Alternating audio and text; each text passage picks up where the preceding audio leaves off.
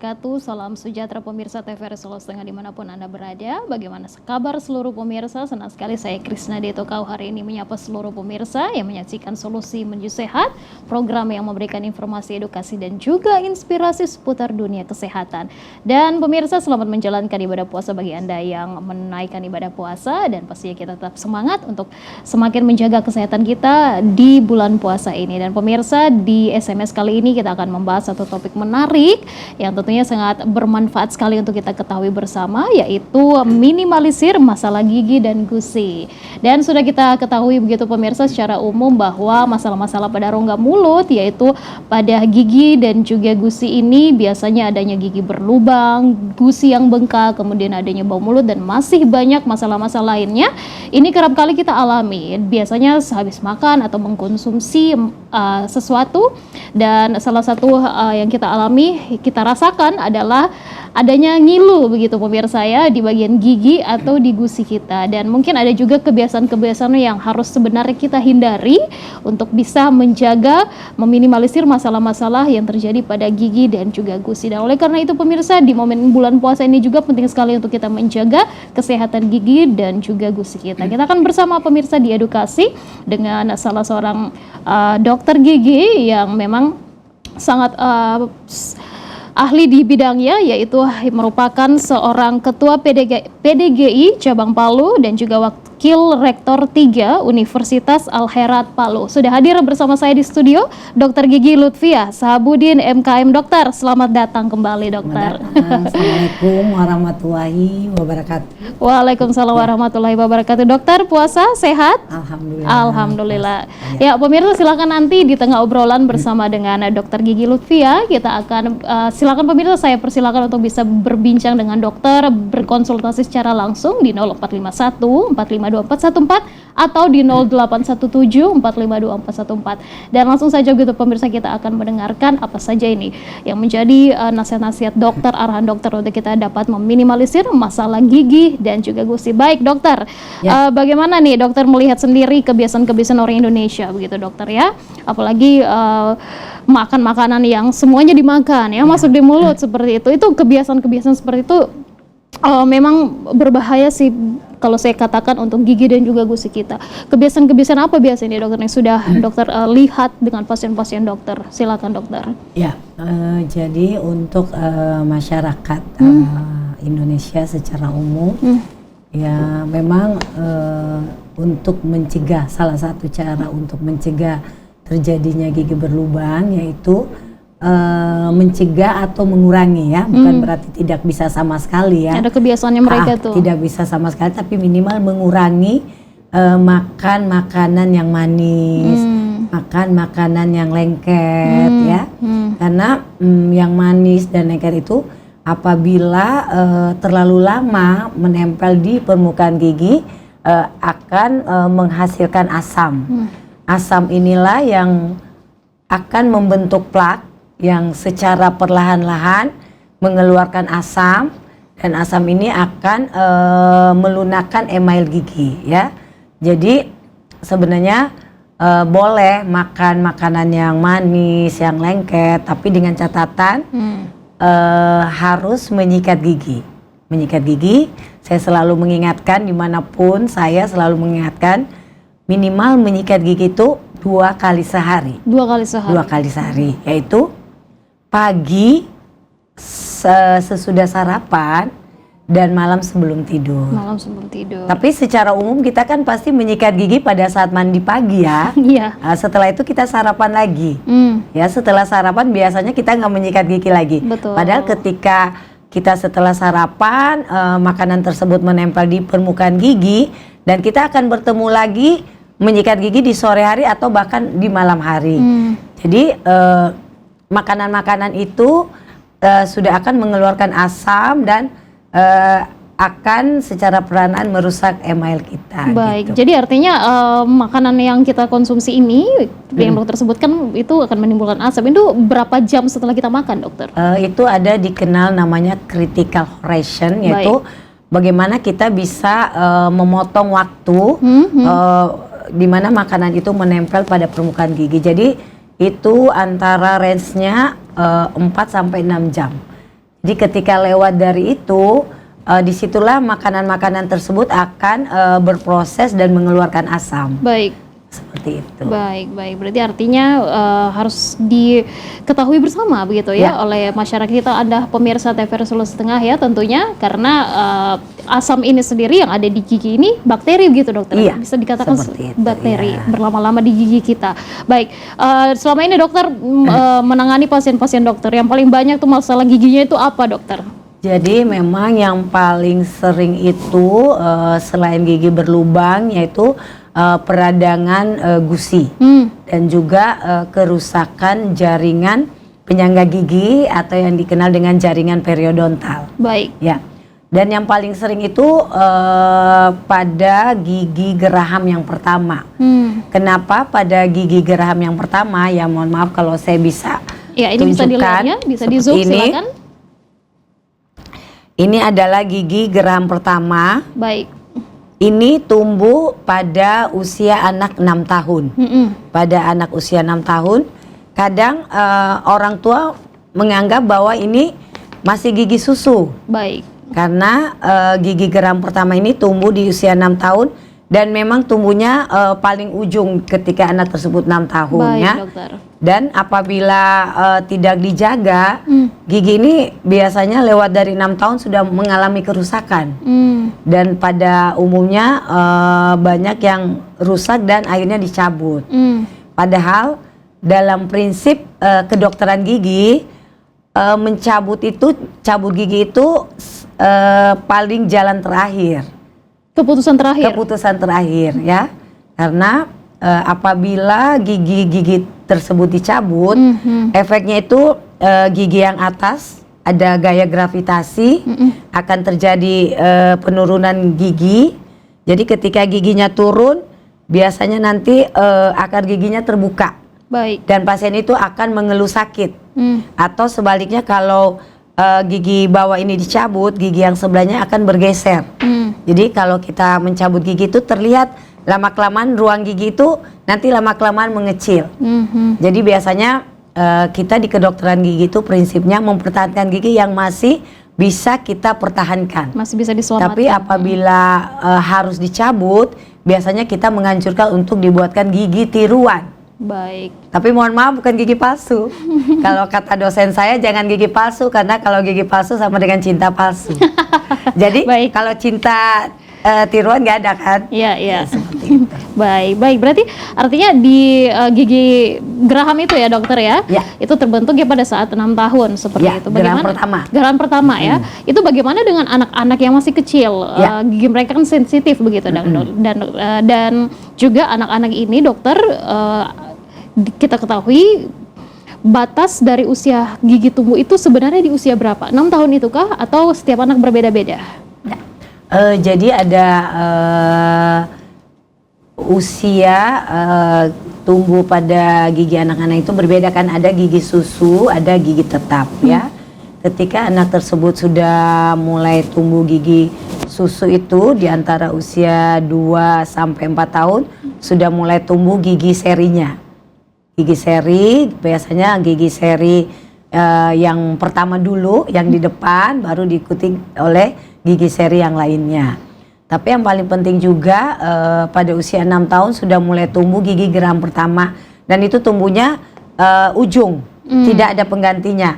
Kalau gigi-gigi yang di depan ini pada anak-anak ini kan gigi susu, biasanya nanti goyang. Kenapa goyang? Karena akarnya itu hilang atau dikenal dengan resorpsi dan akan diganti dengan gigi tetap. Itu normal semua anak-anak? Normal, seperti itu.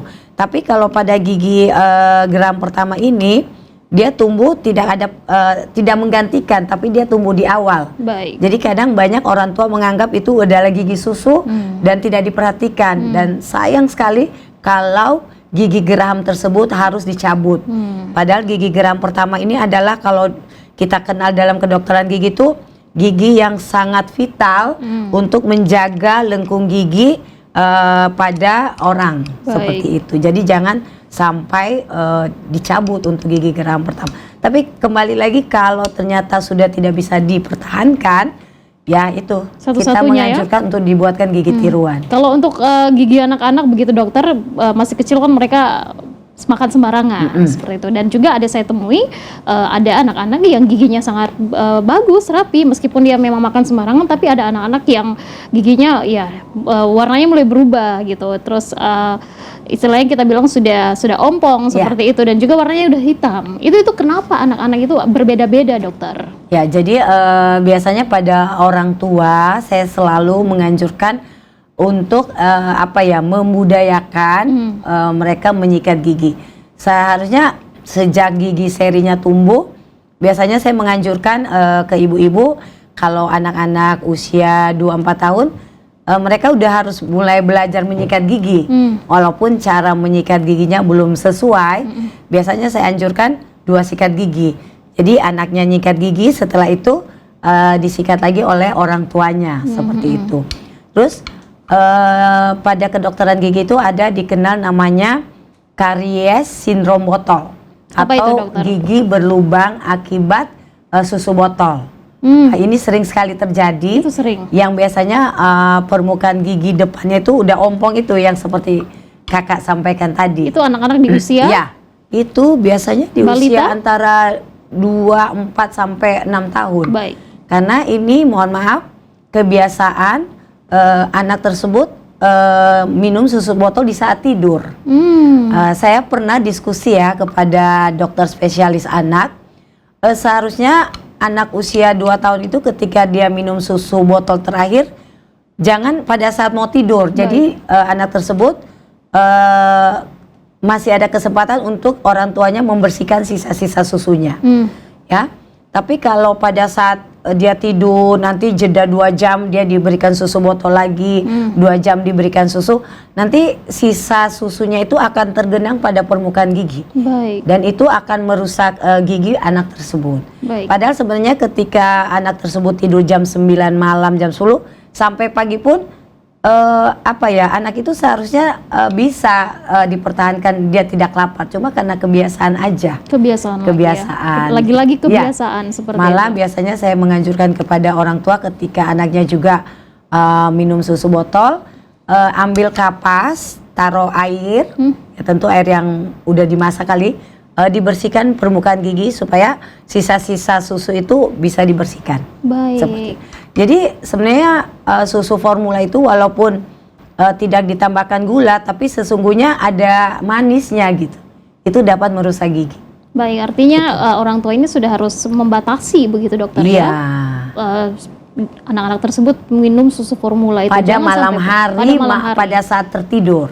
Jangan sampai pagi lagi juga Iya, begitu. sebenarnya jam 9 jam 10 malam dia minum susu botol, dibersihkan giginya atau dibersihkan pakai kapas, udah nggak usah lagi. Tapi karena anak ini sudah dibiasakan harus minum susu botol jam 12 malam, nangis katanya kalau nggak dikasih.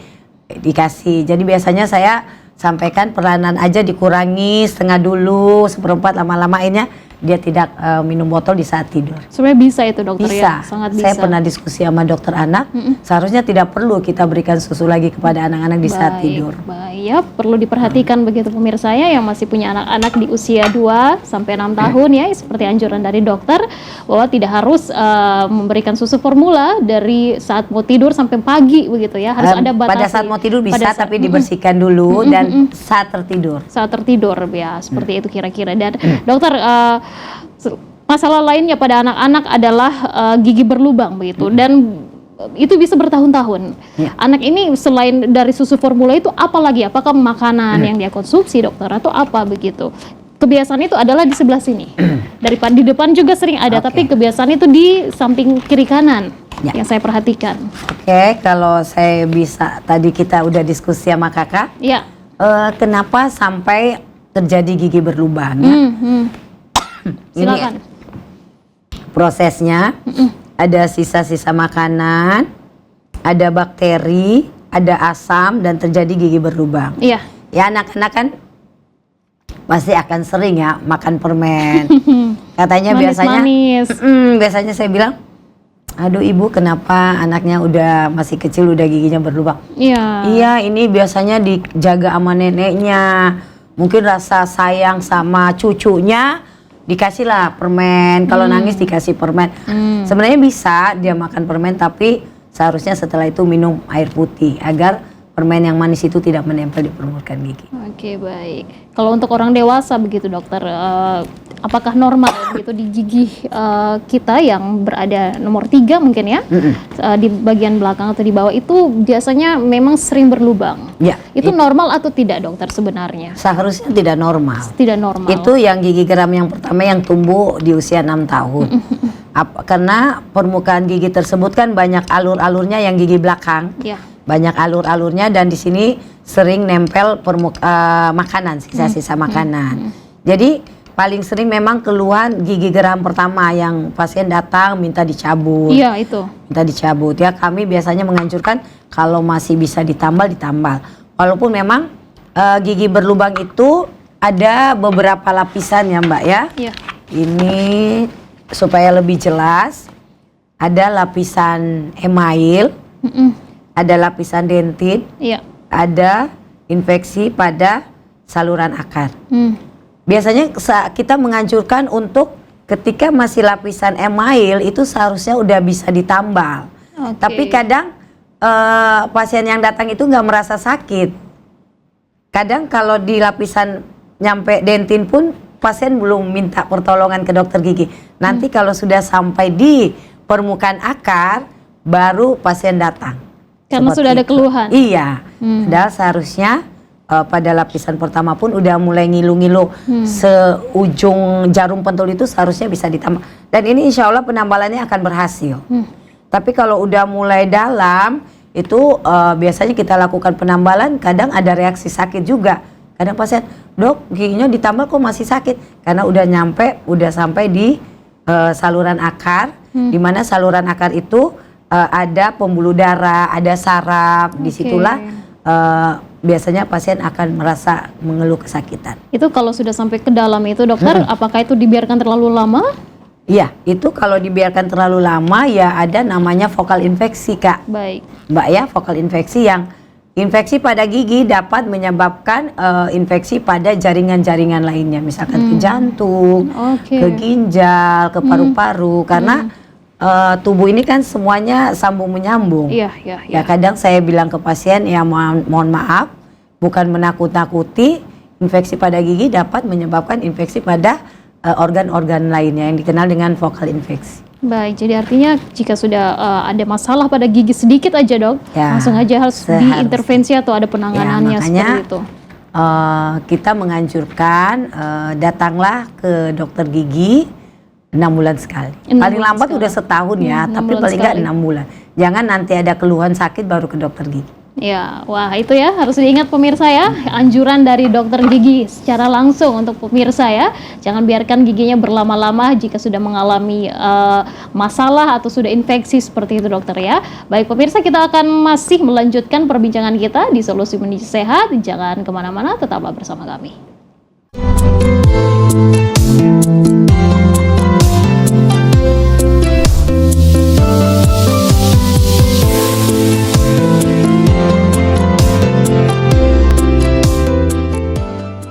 Dan pemirsa, Anda masih menyaksikan Solusi Menuju Sehat bersama dengan Dr. Gigi Lutfia Sahabudin MKM. Kita tadi sudah mendengarkan anjuran dari dokter dan juga edukasi mengenai masalah di bagian gigi. Dan kita sekarang berpindah ke bagian gusi, begitu pemirsa ya. Salah satu masalah yang ada di gusi yang biasanya dialami adalah gusi bengkak. Dan dokter Lutfia, gusi bengkak itu sebenarnya penyebabnya apa dokter?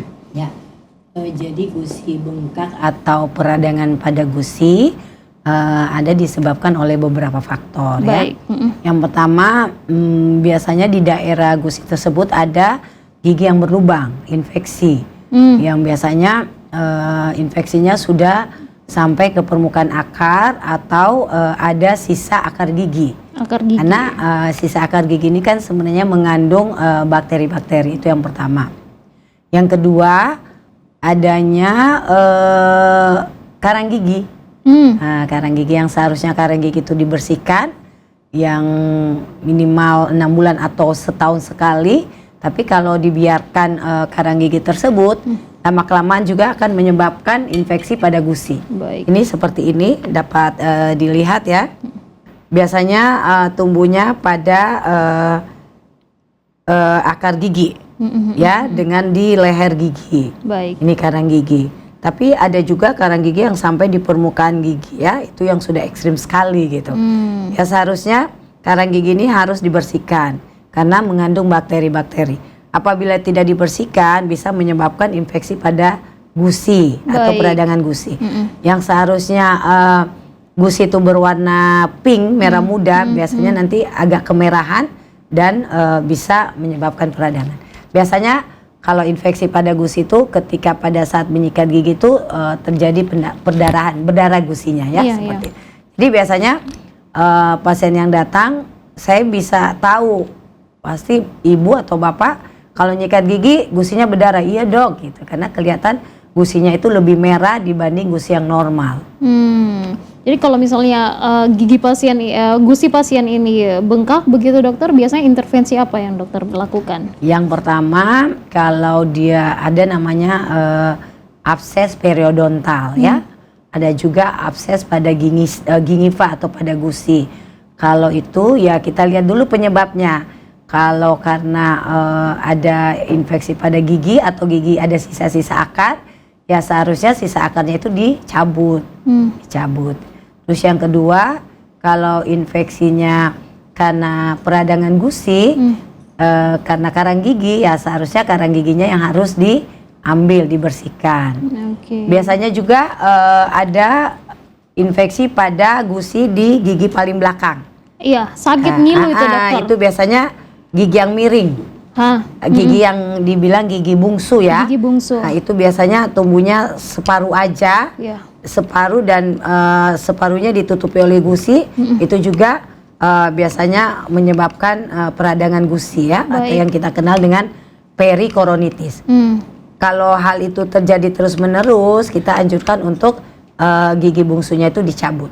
Harus dicabut? Seharusnya, sebaiknya dicabut. Kalau itu terganggu, pasiennya terganggu terus-menerus. Gigi bungsu ini dokter tumbuh normal di belakang paling terakhir memang? Ya. Itu untuk orang normal? Ya, jadi ada orang-orang tertentu bisa tumbuh normal dengan rahangnya yang bagus, tapi biasanya orang Indonesia itu kan rahangnya agak kecil. Biasanya gigi geram ketiga, ya, atau M3 itu biasanya tidak tumbuh secara normal. Oke, makanya dia miring seperti itu. Dan itu ngilu sekali dokter? Ngilu dan biasanya pasien mengeluh sakit.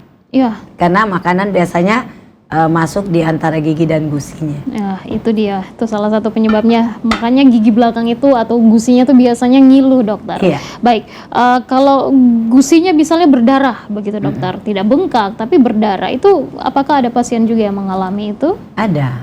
Itu kenapa? Tapi biasanya ciri-ciri infeksi, kalau di kesehatan itu ciri-ciri infeksi itu ada namanya tumor. Tumor ya dalam kata arti berarti ada pembengkakan. Ada namanya dolor, itu agak kemerahan, ya, sakit, seperti itu ciri-ciri. Dan biasanya kalau gusinya itu berdarah, biasanya disertai dengan pembengkakan, walaupun mungkin pembengkakannya itu tidak terlalu sampai bengkak sekali gitu, tapi sebenarnya dia sudah tidak normal gusinya. Baik. Ada peradangan. Itu apakah disebabkan oleh makanan begitu dokter atau hal yang lainnya? Bisa jadi makanan, yaitu plak, ya. Plak itu kan terbentuk dari sisa-sisa makanan. Plak menempel di permukaan gigi dan dibiarkan lama-kelamaan, dan akhirnya secara perlahan juga di air ludah kita itu kan mengandung kalsium. Lama-kelamaan ada proses dan akhirnya terbentuk karang gigi dan keras, dan dibiarkan lagi dan akhirnya terjadi infeksi. Berarti artinya infeksi itu juga yang menyebabkan jadi memang kita menganjurkan mengkonsumsi makanan yang berserat. Jadi sebenarnya makanan yang berserat itu sayuran, buah-buahan, salah satunya juga menjaga kesehatan gigi dan mulut. Karena dengan berserat itu proses pengunyahan itu sebenarnya air ludah itu akan keluar. Air ludah akan keluar dan bersifat membersihkan gigi yang dikenal dengan self cleansing. Termasuk ya buah apel. Buah apel itu sangat bagus juga untuk menyehatkan gigi kita. Baik. Ya, Kemudian ada pertanyaan begitu dokter yang dititip kepada saya. Misalnya kita berpuasa begitu, kemudian bagaimana caranya untuk bisa meminimalisir yang namanya bau mulut seperti itu dokter? Bagaimana itu dokter Ya, mengatasinya? bau mulut atau yang kita kenal dengan halitosis ya, istilah kesehatan. Ya, kalau untuk orang yang berpuasa memang secara normal itu ada bau mulut ya. Meskipun sudah sikat gigi begitu? Ya, tapi kita menganjurkan makanya menyikat gigi itu pada setelah sahur atau sholat subuh dan malam sebelum tidur. Karena kenapa pada orang berpuasa itu bau mulut? Karena tidak ada proses pengunyahan. Tidak ada proses pengunyahan, jadi tidak ada keluar air ludah gitu. Jadi dengan proses pengunyahan itu, dengan keluarnya air ludah itu berfungsi membersihkan gigi kita. Seperti itu. Jadi karena tidak ada pengunyahan, Ya, makanya proses adalah pengunyahan. bau mulut itu. Iya. Bagaimana mungkin kita dokter bisa mengatasi bau mulut itu selama kita berpuasa? Ya, dianjurkan juga itu menyikat gigi setelah sahur atau sholat subuh dan malam sebelum tidur. Iya. Supaya tidak ada sisa-sisa makanan yang tersimpan di permukaan gigi. Atau mungkin ada makanan-makanan tertentu yang kita konsumsi pada sahur begitu untuk mencegah bau mulut mungkin? Ya, itu makanan yang berserat, sayur-sayuran, Berserat itu ya. buah-buahan, seperti itu. Berarti itu sangat berpengaruh juga Iya. ya dokter ya. Baik, bagaimana dengan pasien yang mengeluhkan atau bingung begitu bertanya dokter masalah di gigi kita? Normalkah memang manusia itu tumbuh dengan ada yang giginya warna kuning, kemudian ada yang giginya juga putih begitu dokter? Itu seperti apa sebenarnya dokter? Ya, jadi pada kedokteran gigi itu ada memang gangguan warna gigi ya. Tapi secara normal memang gigi kita itu tidak yang putih-putih sekali. Kenapa? Karena ini ya gambar.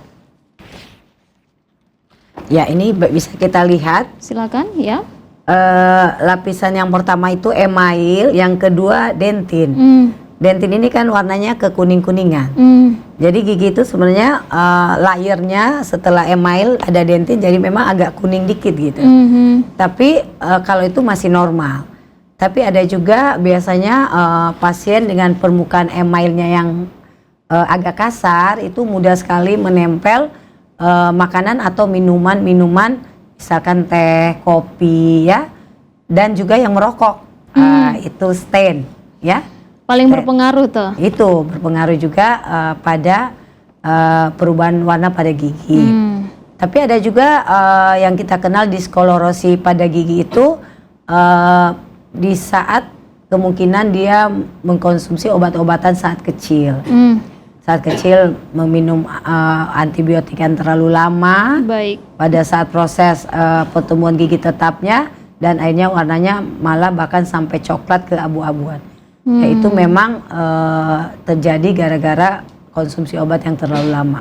Baik, berarti secara terus-menerus ya mengkonsumsi obat seperti itu ya pemirsa ya. Berarti artinya yang sudah dijelaskan oleh Dr. Lutfia tadi ada pengaruh-pengaruh tertentu kenapa warna di gigi itu bisa berubah dari yang semula mungkin putih sejak kecil dokter ya. Mereka berkata, waktu masih kecil gigi saya putih. Saat saya dewasa berubah warnanya seperti kemungkinan itu. Masa proses pertumbuhan gigi tetapnya disitulah orang tersebut mengkonsumsi obat-obatan yang terlalu lama dan menyebabkan diskolorasi atau perubahan warna pada gigi. Kelainan warna gigi. Kelainan warna gigi ya. Jadi pemirsa ini bisa diperhatikan. Nah, kemudian pertanyaan dokter, apakah gigi kuning itu bisa berubah lagi saat saya dewasa ini? Gigi saya kuning bisa berubah warna lagi, saya ubah ke warna putih. Adakah caranya atau memang dia sudah permanen seperti itu? Jadi dalam kedokteran gigi, perawatan gigi itu ya kita lihat lagi apakah karena permukaan giginya atau permukaan gigi emailnya aja atau disebabkan dari dalam. Kalau disebabkan oleh diskolorasi yang saya bilang tadi karena pada saat proses pertumbuhan gigi tetapnya itu mengkonsumsi obat-obatan yang terlalu lama itu agak sulit diperbaiki ya. Paling perbaikinya kita membuat misalkan crown jaket gigi ya, giginya dikecilkan baru kita buatkan. Tapi kalau hanya di permukaan giginya sebenarnya ada proses perawatan yaitu memutihkan gigi yang dikenal dengan bleaching. Tapi kalau proses pemutihan gigi dan bleaching itu memang ya itu bertahan 6 sampai setahun dan akan kembali lagi gitu. Kembali lagi ya. Baik ya pemirsa ya. Jadi artinya nanti pemirsa yang ingin memutihkan gigi pemirsa bisa berkonsultasi dulu dengan dokter gigi seperti itu. Dan untuk pemirsa yang ingin berkonsultasi secara langsung, mungkinkah pemirsa yang saat ini mengalami masalah pada rongga mulut baik di gigi ataupun gusi, silakan pemirsa dengan dokter gigi Lutfia bisa bertanya di 0451452414 atau di 0817452414. Silakan pemirsa, kami membuka line telepon kami saat ini untuk pemirsa bisa bertanya, berkonsultasi apakah masalah tersebut yang pemirsa alami ini ada anjuran dari dokter Lutfia begitu sebagai dokter gigi untuk pemirsa di rumah. Dan pemirsa sekali lagi terus menjaga kesehatan gigi itu kan sangat penting sekali untuk kita, karena dokter benar sekali ya kalau kita tidak punya gigi susah juga untuk mengunyah dokter ya. Jadi kita memang fungsi gigi salah satunya memang itu untuk mengunyah makanan dan tentunya juga untuk mempercantik diri juga seperti itu dokter ya. Dan bagaimana dokter dengan pasien yang giginya itu retak? Ada juga pasien yang giginya itu tiba-tiba retak baik di depan ataupun di sisi kiri kanan, itu kenapa biasanya dokter? Ya. Ya memang tadi seperti kakak sampaikan fungsi gigi itu kan ada fungsi fonetik, bicara, ada fungsi estetik ya. Dan kalau gigi retak itu biasanya pasti ada diawali dengan proses misalkan gejala emailnya mau rusak atau karies gigi yang akhirnya giginya retak. Atau kena benturan bisa juga. Ya kecelakaan ya dokter. Kena benturan atau fraktur pada gigi itu bisa giginya juga retak. Tapi kalau yang secara umum biasanya diawali dengan gigi berlubang, dia merusak email yang lama-kelamaan emailnya dirusak sampai ke dentit dan akhirnya terjadi karies gigi dan jadi retak giginya. Baik. Pernah saya lihat juga dokter gambar pasien yang giginya tuh lubangnya kecil-kecil gitu ya, tidak seperti yang saya lihat di gambar yang pernah saya lihat juga hanya di dalam gigi raham itu, di dalam sini saat kita buka mulut, tapi saat dia senyum juga ada titik-titik kecil itu di giginya. Itu apakah gigi berlubang juga atau apa itu dokter? Jadi sebenarnya gejala gigi berlubang ada yang dikenal namanya black spot, ada white spot ya. Black spot itu berarti ada titik hitam. Itu sebenarnya udah mulai gejala gigi berlubang. Nah, makanya kalau datang ke dokter gigi biasanya kita lakukan periksa dengan sonde, yaitu sondase. Ya kadang kita lihat wah ini seharusnya udah harus ditambal, tapi biasa pasien itu merasa belum ada keluhan, tapi pada saat pemeriksaan kita sonde itu udah nyangkut sonde, ya itu seharusnya ditambal, seharusnya seperti itu. Sudah harusnya ditambal ya. Jika pasien-pasien ini sudah mengalami hal seperti itu dokter, apa yang harus mereka hindari, kebiasaan-kebiasaan apa selain merokok dan lain sebagainya itu apa mereka harus hindari? Ya, untuk gigi berlubang. Ya, saran saya yang sudah berlubang. Yang sudah berlubang. Yang sudah berlubang ya seharusnya gigi yang berlubang seharusnya ditambal kalau masih bisa ditambal. Dan kalau untuk mencegah gigi terjadi berlubang ya kurangi makan makanan yang manis dan lengket. Yang paling penting menyikat gigi minimal 2 kali sehari, pagi sesudah sarapan dan malam sebelum tidur. Seperti itu. Kalau misalnya ada pasien yang sikat giginya sampai 3 kali, apakah itu dibenarkan oleh dokter? Sebenarnya sih bisa aja, tapi seperti yang tadi kita diskusikan ya Kak ya, mensikat gigi itu tidak harus terlalu kuat, tapi secara perlahan-lahan, tapi semua permukaan giginya harus disikat. Baik. Jadi semua permukaan giginya harus disikat, di depan ya, yang atasnya, belakang, dan juga terakhir lidah. Seperti itu. Jadi semua permukaan harus disikat. Makanya sebaiknya di tempat menyikat gigi itu apa di kamar mandi, wastafel ada cermin. Makanya kalau di hotel atau di mana itu ada cermin. Salah satunya itu agar kita pada saat menyikat gigi kita melihat bahwa dipastikan semua permukaan gigi kita itu disikat. Baik. Jadi untuk kalau untuk pemilihan sikat gigi sendiri dokter di marketplace begitu saya lihat ada yang tulisannya soft, ada yang tulisannya medium. Dokter menganjurkan sebenarnya bisa medium, bisa soft silahkan, tapi yang penting cara penyikatan giginya yang benar. Oke. Pasta gigi juga yang beredar di pasaran itu insya Allah udah oke. Penyikatan yang benar dokternya seperti apa? Boleh dicontohkan begitu, silakan. Teman-teman juga bisa memperhatikan ya pemirsa di rumah. Ya. Ya sebenarnya apakah mau vertikal, mau horizontal itu nggak ada masalah. Baik. Bisa seperti ini ya, seperti ini. Kemudian yang belakangnya, yang atasnya disikat. Itu berapa kali dokter atau berapa menit kita menyikat gigi? Ya kalau mau dihitung berapa ini nggak ini ya. Berapa kali, mungkin sekitar 4-5 kali ya. Bagian belakangnya juga disikat. Seperti itu, bisa kembali lagi, bisa vertikal, bisa horizontal, bisa memutar ya. Tapi saya lebih menganjurkan juga setelah itu kalau gusinya juga disikat ya. Sikatnya gini. Jangan begini-begini. Gusi ya dokter ya. Akhirnya nanti gara-gara penyikatan gigi yang terlalu kuat, biasanya malah gusinya terbuka. Oke. Begitu juga ini ya, pelan-pelan aja. Pelan-pelan tapi secara seksama. Baik. Kalau begini, ini gusinya kasar jadi ya, koyak. Iya. Jadi koyak, terbuka, malah akar giginya terbuka.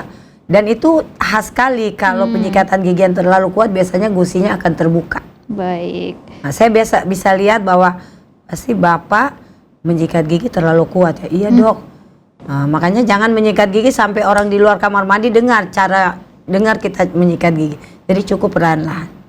Dan terakhir lidah juga harus disikat karena biasa makanan nempel di permukaan lidah. Baik ya pemirsa, itu ya tutorial dari dokter ya untuk kita dapat menyikat gigi dengan benar dan juga baik. Jadi tidak kasar tapi dengan perlahan-lahan namun pasti begitu ya dokter ya. Dan juga jangan lupa untuk menyikat lidah kita yang terakhir kali. Dan pemirsa masih di Solusi Menuju Sehat, kita akan iklan sejenak. Jangan kemana-mana, tetaplah bersama kami.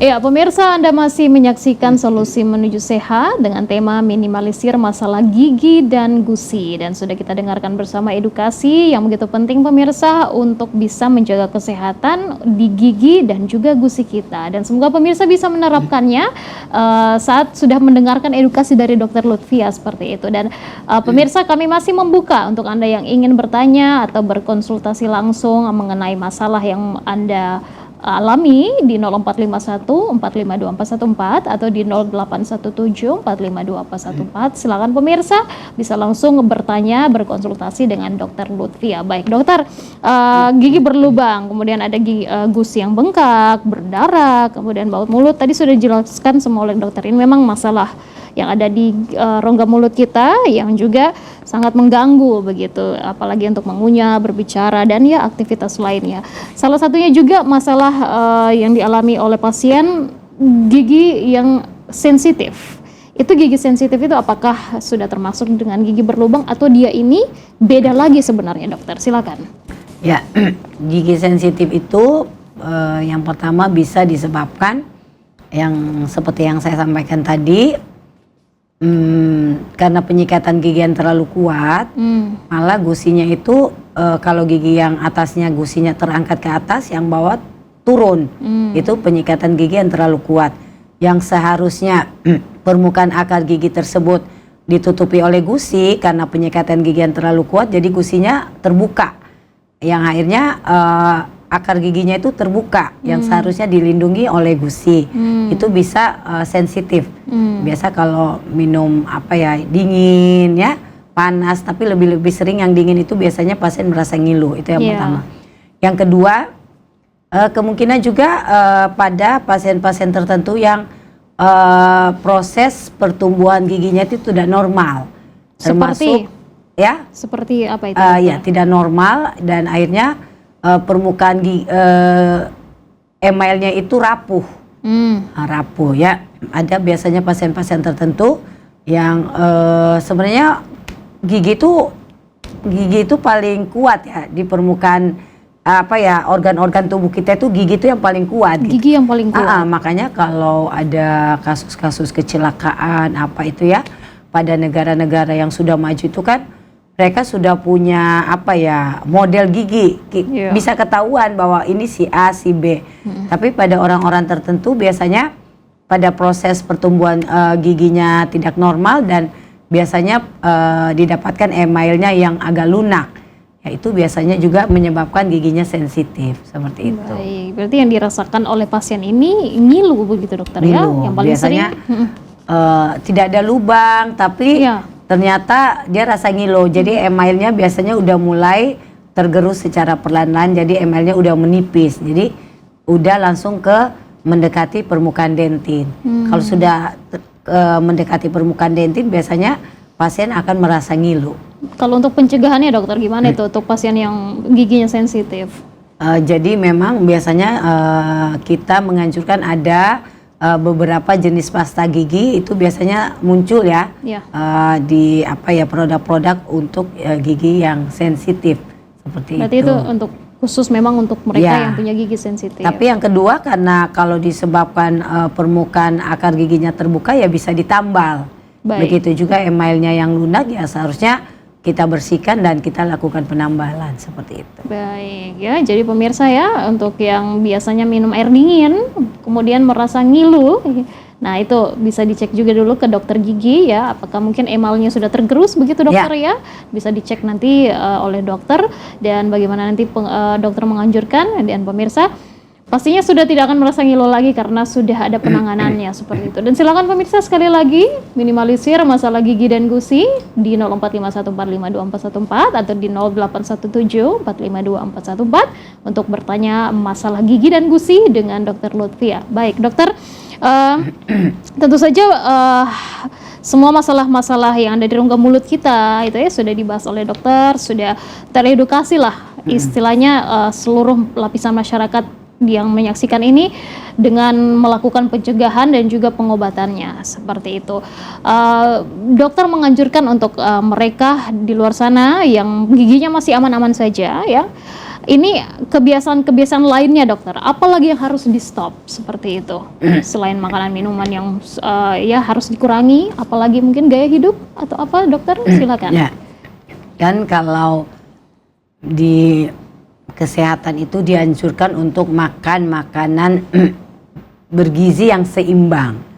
Ya seimbang ya, ada karbohidratnya, ada sayur mayurnya, ada buah-buahannya, ya ada susu seperti itu. Jadi ya mohon maaf, jangan hanya makan karbohidrat aja tapi tanpa ada sayuran, tanpa ada buah-buahan. Jadi sebenarnya sayuran dan buah-buahan itu salah satunya juga menjaga agar gigi kita selalu sehat seperti itu.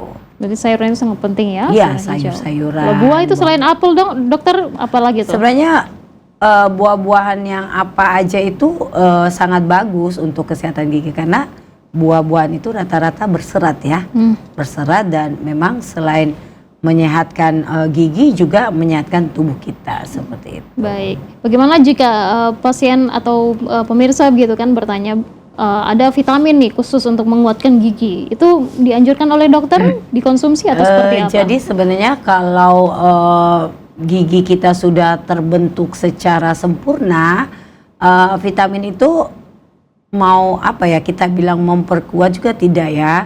Tapi ada sebenarnya bahan tertentu yang mengandung fluor itu yang bisa digunakan. Tapi memang ya mohon maaf itu harganya cukup mahal yang beredar di pasaran.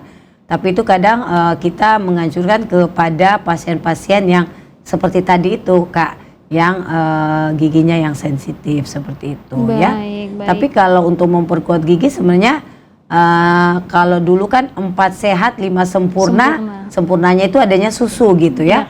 Jadi sebenarnya dengan meminum susu juga sangat bagus juga untuk menjaga kesehatan gigi dan mulut seperti itu. Jadi tidak harus dengan vitamin dokter ya. Iya, sudah cukup dengan 4 sehat. Sebenarnya vitamin itu yang paling penting ketika ibu hamil. Makanya ibu hamil itu kan dianjurkan untuk meminum kalek ya.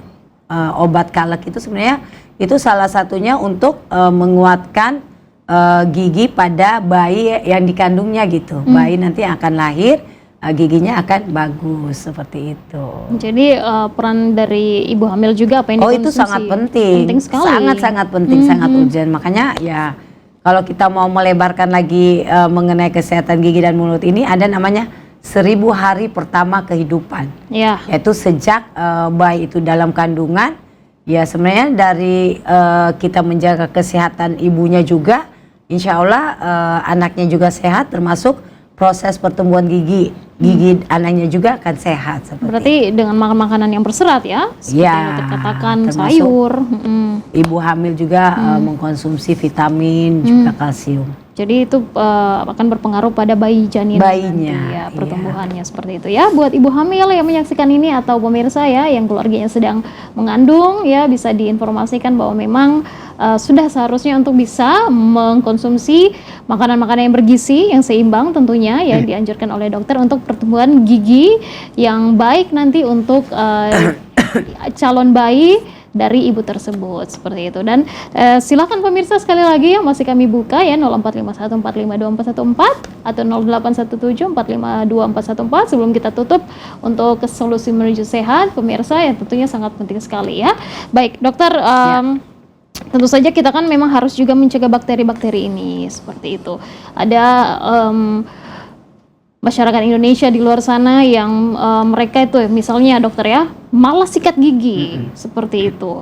Apa yang akan terjadi itu dokter kalau mereka itu malas sikat gigi atau cuma sikat giginya 1 kali aja dalam sehari itu? Wah, saya rasa gawat itu dokter.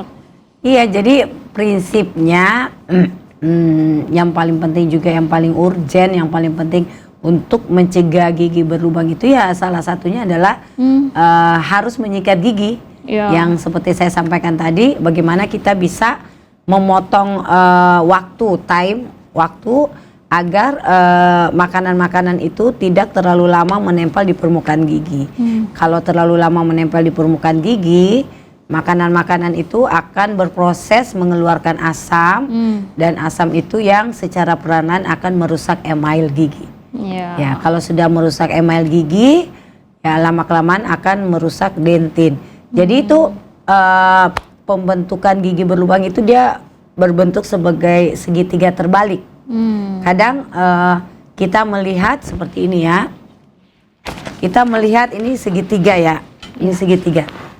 Jadi kadang terlihat di permukaan emailnya itu lubangnya kecil, tapi ketika pada saat kita bersihkan itu langsung membesar. Karena lapisan dentin itu lebih lunak dibanding email. Jadi seharusnya ketika giginya lubangnya masih di lapisan email, seharusnya secepatnya untuk ditambal. Secepatnya ya, untuk mereka yang punya gigi berlubang seperti itu ya. Jadi jangan malas-malas untuk menyikat gigi ya, 1 hari 2 kali seperti yang dianjurkan oleh dokter ya. Setelah makan begitu dokter, pagi hari. Sesudah sarapan dan malam kemudian sebelum tidur. Malam sebelum tidur ya, penting sekali untuk dilakukan oleh masyarakat untuk pemirsa Sulawesi Tengah. Baik, jika pemirsa sudah atau tidak ada yang bergabung di line telepon yang sudah tersedia, terima kasih begitu pemirsa ya. Dokter, apa ini kesimpulan anjuran yang harus masyarakat dengarkan, edukasi dari Dokter Lutfia? Silakan dokter untuk pemirsa TVRI Sulawesi Tengah. Ya, untuk menjaga kesehatan gigi dan mulut, yang pertama konsumsi makanan-makanan yang gizi seimbang, diantaranya sayur mayur dan juga buah-buahan. Kurangi makanan yang manis dan lengket.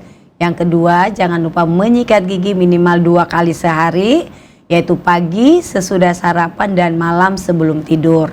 Dan yang berikutnya, memeriksakan kesehatan gigi dan mulut secara berkala ke dokter gigi minimal 6 bulan sekali. Seperti itu. Iya, terima kasih begitu Dr. Gigi Lutfia Sahabudin MKM selaku Ketua PDGI Persatuan Dokter Gigi Indonesia Cabang Palu dan juga Wakil Rektor 3 Universitas Al-Herat Palu sudah berbagi edukasi dengan kita di sini yang sangat-sangat penting untuk kita lakukan bersama. Dokter, sekali lagi terima kasih untuk kehadirannya. Sehat-sehat terus untuk dokter. Amin amin ya rabbal alamin. Dan pemirsa, saya Krisna Deto Kau pamit undur diri. Terima kasih pemirsa yang sudah menyaksikan Solusi Menuju Sehat, dan selalu saya katakan bahwa kesehatan itu penting, kesehatan itu adalah bagian dari kita semuanya. Wassalamualaikum warahmatullahi wabarakatuh. Sampai jumpa.